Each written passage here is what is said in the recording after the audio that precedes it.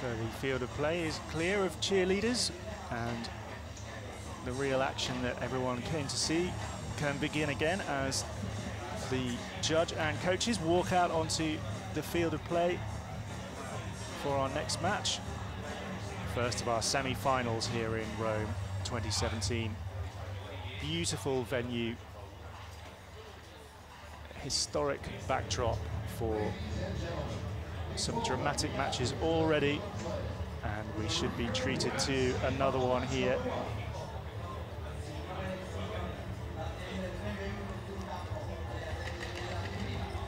And here comes Ya-Ting of Chinese Taipei.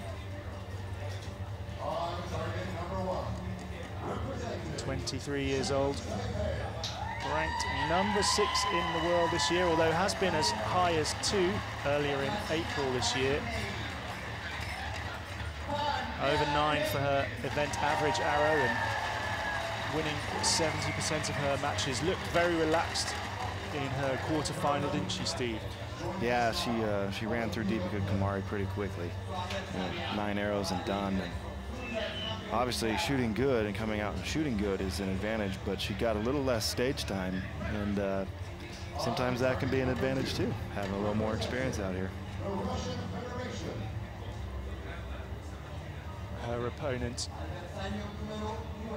many years of international experience to draw on. Shooting on target number 2, ranked number 5 in the world, Ksenia Perova.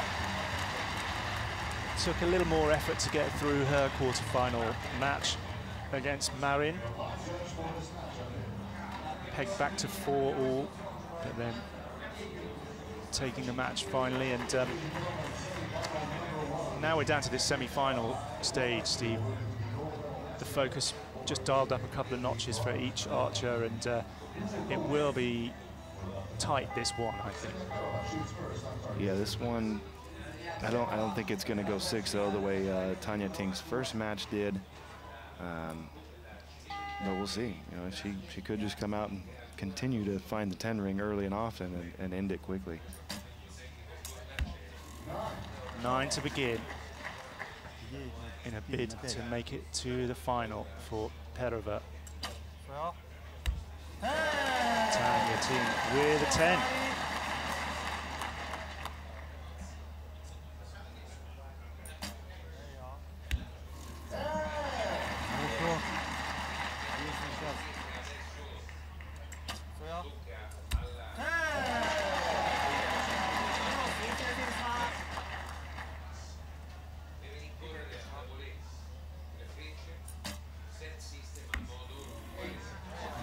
For Perova with her final arrow opens the door for Tan of Chinese Taipei. Her shot's already away, and that's a 7 as well.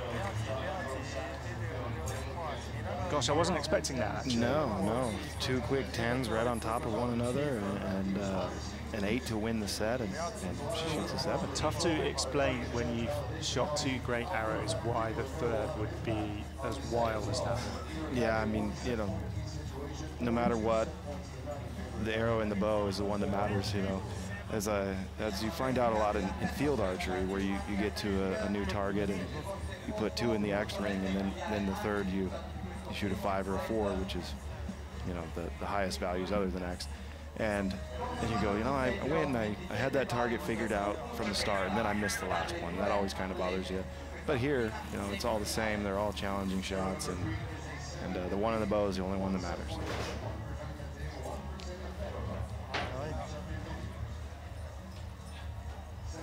But keeps it at 1-all, a little more exciting for us.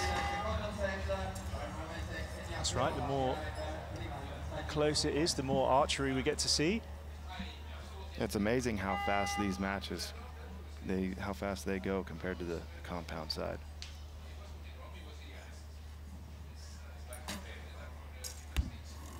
So a 9 for Perova.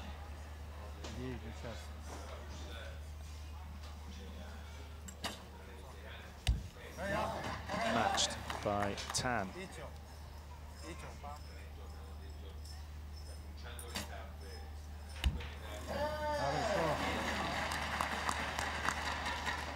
Even better for Perova now, 10. 9s for Ya-Ting. So a little opportunity here for the archer from the Russian Federation. She finds the 10 again. So she will go into the lead here. Another 9 for Ya-Ting. No emergency yet with those 3 9s, but just a set point for her, and Ksenia Perova now 3-1 up. So Perova was leading in her quarterfinal, and then she got pegged back, and this is exactly what we're going to have to see if Tan's going to get through. Yeah, and you know, for Ya-Ting, she doesn't have to win this set. I mean, it would go 5-1, and although that's recoverable, it's unlikely. But yeah, again, she doesn't. Breathing space, Yeah, she doesn't have to win this set, but she does, I think. You know, from an archer's perspective, need to draw the set. As you said earlier, Tan kind of demolished Kamari in the quarterfinals 6-0, so she hasn't been pushed yet. Yeah, she didn't have to deal with any pain out there. You know, it was a quick work in her first match, and no one put her behind. Now she is. I really like the Batman hat, though. 9 Perova as well. In the gold again. I see what you mean. Yeah, there it is. Yep. 9 again for Perova. Yeah, imagine 9's out the left side. So a superhero 10 is what's needed. For Tan. Got it. Perova, the pressure back on her now. Shooting quickly, as she has done, and she finds the 10 too.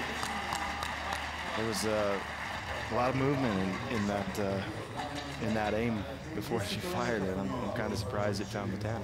She moves around a lot, and like a lot of the other archers, it's something that people I was speaking to yesterday were commenting on. Doesn't use her nose and her chin to line up the bowstring, and people wonder how she can be as accurate as she is, just shooting that way. But it works for her.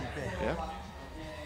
So 4-2 is her lead, which means Tan still behind. Will shoot first in this 4th set.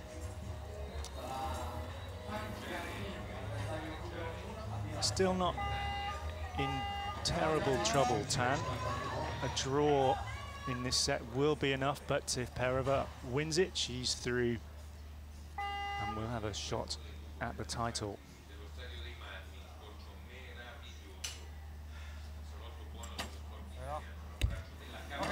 Good open.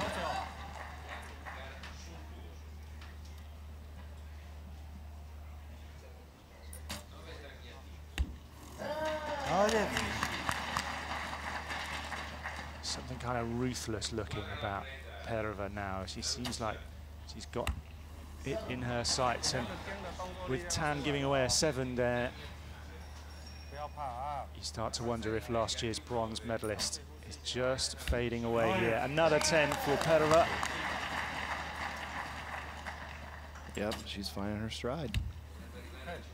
There's a liner, maybe a 10. Yeah, tough to call, yeah. But whatever it is, Perova here. Not going to be enough. Arrows away. What a way to finish.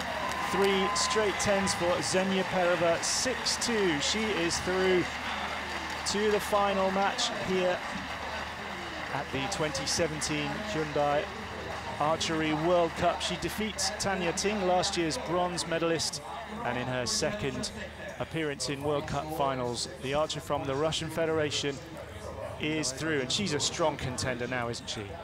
Yeah, we saw her and her team shoot very well in Rio, and we've seen her with the gold medal win in Antalya this year. And you saw her really slam the door on that match there. I think no matter who makes it out of this all-Korean semi, they're going to have a tough match waiting for them.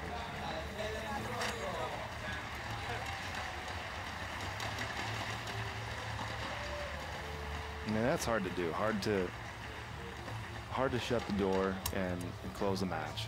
It just is, and she did it the way you want to right there. 3-10s to close.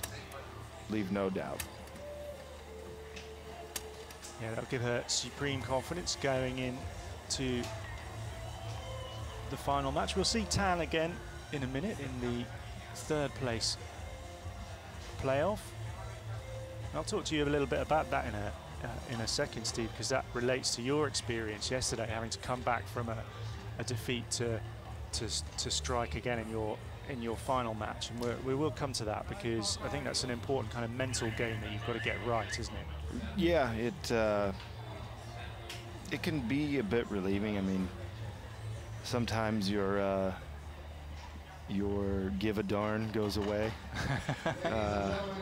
and you just go out and shoot at that point, or maybe you're a little angry, and sometimes that can help as well. It just depends on the situation, and they're all different, and the person, and they're all different, and yeah, I mean, for me it was, all right, I didn't really want to shoot for bronze. I didn't want to be in this position, but